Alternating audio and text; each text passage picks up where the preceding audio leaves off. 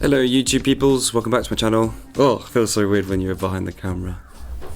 Oh wow, brilliant. Gonna do a quick deck profile for Lorcana because I won Scar and Champion Playmat.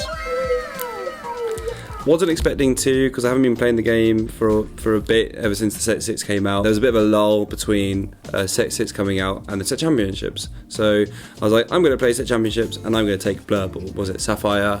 Amethyst. And the reason why I've taken Sapphire Amethyst, but I'm going to call it Blurble from now on, is I liked it before set 6, and there's a couple of cards that's made it even better, more consistent and more powerful, and I thought I'm just going to play it for funs, and I went and won, so it's fun winning. Another thing is, last set championships I did, every single one was just different decks, and so I completely was against that this time, just to play one deck, and I'm going to try and play this one deck in all of them I do. The reason why I want to do this video also, like the third reason, is this like the third reason? Something like that. I just want to have a little bit more in depth with card choices and things that work and the reasons why I play them, because my matchups got me thinking a lot about how to play. Like in terms of, if I'm playing against this card, I want to make sure I don't have much in my hand, or if I'm playing against decks that remove my stuff, I want to have things that would plus on removal. So let's show you my cardboard. Does it make sense? Yeah, I'm sorry, I farted. Also, we were in Shoreham, KD Games. Really lovely place. So if you're south of England on the seafront, Shoreham, KD Games, quite a little hidden gem and a lovely place. So go check them out, and lovely people. So I played 4 1-drop followers, nice and simple. Then 3 Diablos. I would be playing a 4th copy if I owned a 4th copy.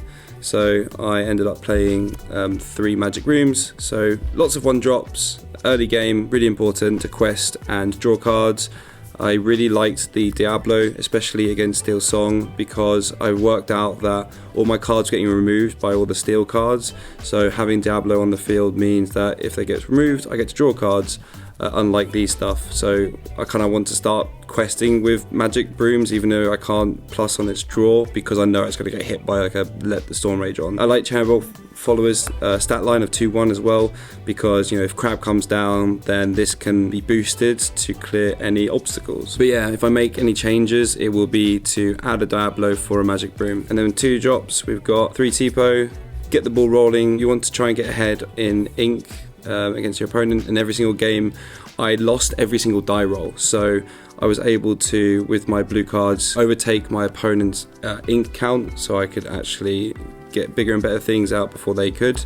And then Madam Mim Snake, not super crazy. There were a couple of times where Snake was able to like bounce a damaged Elsa that was shifted, so then I can use the little Elsa again, and that's quite really cool. Didn't utilize it much with Fox clearing stuff, nor getting lore from Goat or doing the crowd plays, so that wasn't utilized as much. Maybe there's room to like remove one, but I think she comes up enough to keep. One of my favorite cards of the new set, Sail the Azure at Sea, so it lets you play an additional ink from your hand, or to your ink well from your hand, and then draws you a card. So really good. When I beat Steel Song, I had 10 ink and 1 big Elsa and 2 of these, so I was like, right, I can't win this game if I can't find Goat, and so if I drop Elsa down, then I can like slow my opponent. So what I did was I played with 2 ink into 1 to try and draw a Goat. Didn't draw into the Goat. However, because it says I can play an additional ink, not land, I played 2 inks, so then back to 10, and then played the next Sail, because I didn't really want to go into that 8 ink, because I wanted, you know, Elsa was my backup plan. So I did this next Sail, and it drew into Goat, and I won the game. So this card is really strong with Tipo, because you can just, you know, get so much ink. Then we play 3 Fox, bounce cards that are damaged or goated for lore and just run over things. Crab's really strong. It makes your like gameplay control based, because dropping a crab, putting a +3 onto anything can, you know, hit locations, it can hit bodyguards and anything with a big booty. Friends wasn't particularly that amazing. I didn't really sing a lot with Friends. When I played the discard deck, I kind of like started inking this card. I wasn't playing it that much. 4 Genie, Luckily, I was able to pick this card up when the set dropped, so I spent like £1 on each of them, which is insane because they're super expensive at the moment. Clogged up a little bit with Rabbit, however, there was some games where it being evasive and questing for 2 was just making me lure really quickly, and there was games where, especially against Amber Song, if I had it on board,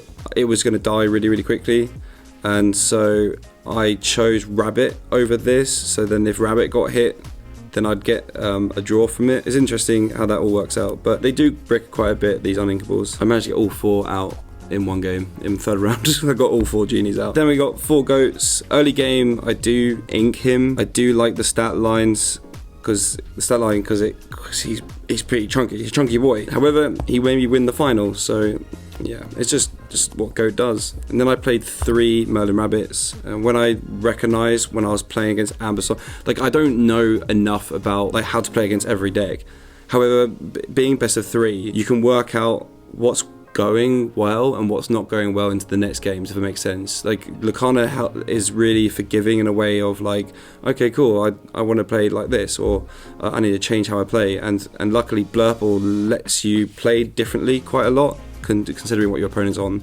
So Steel Song, made me choose Rabbit over everything else, and it worked really well. Then I had one little dark mana, because this is supposed to be another Diablo or Baymax, because I am going to drop the goo. I played Baymax. It won me, well, it didn't win me the game, it was kind of win more, but one of my opponents, Daisy Duck, kept hitting this, and it's a 1-off, so it's really funny. Then we played for Elsa. Super duper strong, helps be part of the whole control element of being able to tap something and then rush into it, and the fact that it's evasive means it can stick around a little bit as well when it's exerted, so you can look to shift. I played 2 Bell, which is really strong. I enjoyed like having stuff that was damaged, because Bell was putting in work, moving damage counters onto things to finish them off. So like, you know, Genie's stat line of 2-4 is really beneficial, where he can hit in something with like, let's say 3, and then you just play Bell, move 3 damage into something. I really like that. Maybe you'd want to play more. 2 Donald Ducks. Early game, he gets inked. If I'm not very lucky with T-pose and sales, I'd like to try and play this, and then, you know, get some advantage with putting an extra card in the Inkwell. Could be cuttable, but I think it's just a staple in this deck. I played 1 Baymax. I wish I had another copy. Luckily, I traded into a copy, but he won me some games. He won like 2 games, because like with Bell, I didn't mind stuff being damaged. So if I had stuff damaged, Bell would move stuff and pop things, or Baymax would jump down and heal and gain 2 lore. And he also does it when he's quested, so you can like quest for 4 basically. I did trade into another one, so I'll be playing 2. But because this deck draws so many cards, you can afford just have one-offs, because you'll see them. So I saw Let It Go a couple of times, and it was very instrumental